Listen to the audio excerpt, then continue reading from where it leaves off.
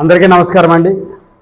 ముందుగా మా మండల పార్టీ అధ్యక్షులు సాయి సత్యనారాయణ గారి జన్మదిన శుభాకాంక్షలు తెలియజేస్తూ, ఏదైతే మే 13వ తేదీన జరిగినటువంటి సార్వత్రిక ఎన్నికల్లో ఎప్పుడూ లేని విధంగా ఆంధ్రప్రదేశ్ ఏర్పడిన తర్వాత హయ్యెస్ట్ పోలింగ్ పర్సంటేజ్ 81.86%.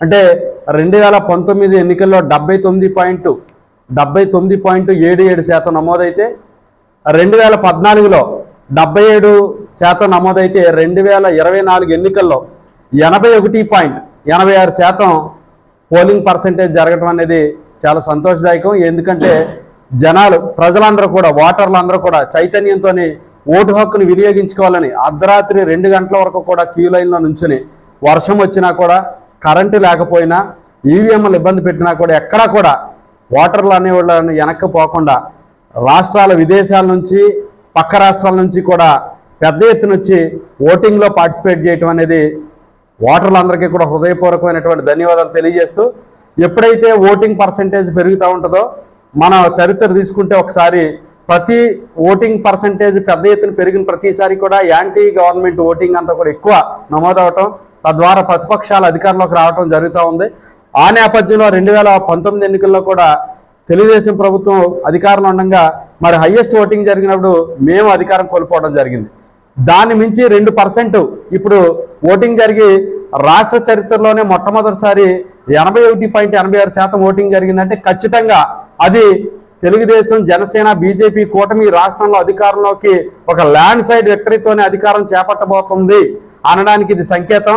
ముఖ్యంగా మహిళలు కానీ, పెద్ద ఎత్తున యువత, ఎవరైతే క్లాస్ ఓటింగ్ ఉందో, ఇంట్లోంచి బయటికి రాని ఓటర్స్ ఉన్నారో, ఉద్యోగస్తులు ఉన్నారో, పెద్ద ఎత్తున పోస్టల్ బ్యాలెట్లు కూడా ఓటింగ్ వినియోగించుకోవటం అంటే ఖచ్చితంగా పాలన మార్పు కోసం వారు ఇచ్చిన తీర్పుగా మేము దాన్ని భావిస్తూ ఉన్నాం.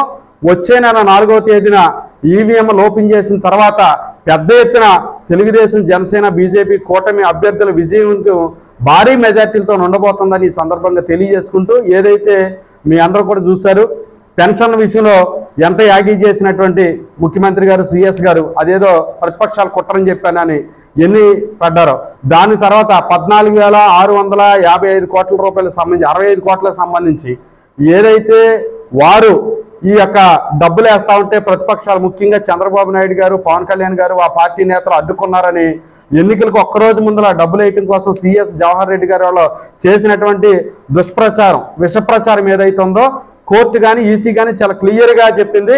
ఎన్నికలైన తర్వాత రోజుల నుంచి మీరు వాళ్ళ ఖాతాల్లో డబ్బులు వేయచ్చు, అదేమి ఇబ్బంది లేదని. కానీ ఎన్నికలు జరిగి 2 రోజులు గడుస్తూ ఉంది. కానీ ఈ రోజుకి కూడా అప్పుడు గుర్తొచ్చిన పేదలు ఈ రోజు గుర్తు రావట్లేదు.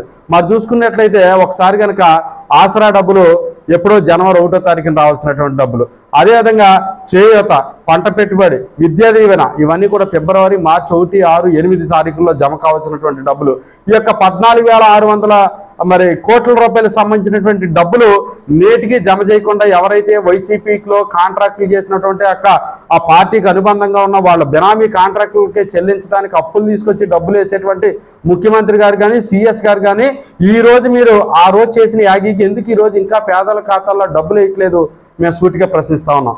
దాంతోపాటు ఏదైతే అధికారం కోల్పోతున్నాం అనేటువంటి బాధ, అధికారం కోల్పోతున్నటువంటి అక్కసు, అధికారం చేజారిపోతుంది అనేటువంటి మీ యొక్క అసూయకి ఎక్కడెక్కడ దాడులు తెగబడుతూ, ఓ పక్కన మాచర్లో, ఇంకో పక్కన జేసీ కుటుంబం, ఇంకో పక్కన చంద్రగిరిలో పులవర్తి నాని గారు, ఇక్కడ చూసుకుంటే మన జిల్లాలో, ఏలూరు జిల్లాలో కూడా, ఏలూరు 42వ డివిజన్లో ఒక వ్యక్తి గొంతుకోసేసినటువంటి పరిస్థితులు. మీరు ఎన్ని దాడులు చేసినా, ఎంత తెగబడినా, ఈవీఎంల్లో ఓటర్ల తాలూకా ఈ ఫలితం ఏదైతే వాళ్ళ యొక్క జడ్జిమెంట్ ఉందే 4వ తారీఖు వరకు వెయిట్ చేయండి. ఫ్యాన్ని బంగాళాఖాతంలో కలిపేదానికి ప్రజలందరూ ఆల్రెడీ నిర్ణయం తీసుకున్నారు. అధికారం మేము చేపట్టడమే తరువాయి.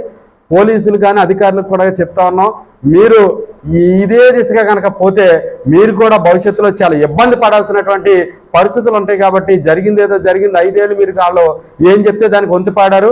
ఇక నుంచి అయినా బయటకు వచ్చి ప్రజాస్వామ్యబద్ధంగా శాంతి పరిరక్షణలు కాపాడడానికి, ఈ యొక్క రాష్ట్రాన్ని శాంతి భద్రతలు కలిగినటువంటి రాష్ట్రంగా ఉంచడానికి మీరు కూడా సహకరించాలని పోలీసు వారికి కూడా విజ్ఞప్తి చేస్తూ, మరి ముందస్తుగానే చంద్రబాబు నాయుడు గారికి, పవన్ కళ్యాణ్ గారికి, మోదీ గారికి కూడా ఈ సందర్భంగా శుభాకాంక్షలు తెలియజేస్తూ, రూరల్ గ్రామాల్లో, జంగారెడ్డిగూడెం టౌన్ కన్నా కూడా రూరల్ గ్రామంలో దాదాపు 86% పోలింగ్ జరగటం అంటే రూరల్లో ఉన్నటువంటి గ్రామీణ ప్రాంత ఓటర్లందరూ కూడా పెద్ద ఎత్తున ఓటింగ్లో పార్టిసిపేట్ చేసినందుకు వారికి కూడా నమస్కారం తెలియజేస్తూ ఖచ్చితంగా రోషన్ గారు ఇక్కడ చింతలపూడి శాసనసభ్యుడిగా రేపు అడుగు పెట్టబోతా ఉన్నాడు అసెంబ్లీకి. అదేవిధంగా పుట్టా మహేష్ గారు కూడా లోక్సభకి భారీ మెజార్టీతో అడుగు పెట్టబోతా ఉన్నాడు. దానికి మరి మేమైతే పూర్తిగా విశ్వాసంతో ఉన్నాం. ప్రజలందరికీ ముందుగానే మా యొక్క ధన్యవాదాలు తెలియజేస్తూ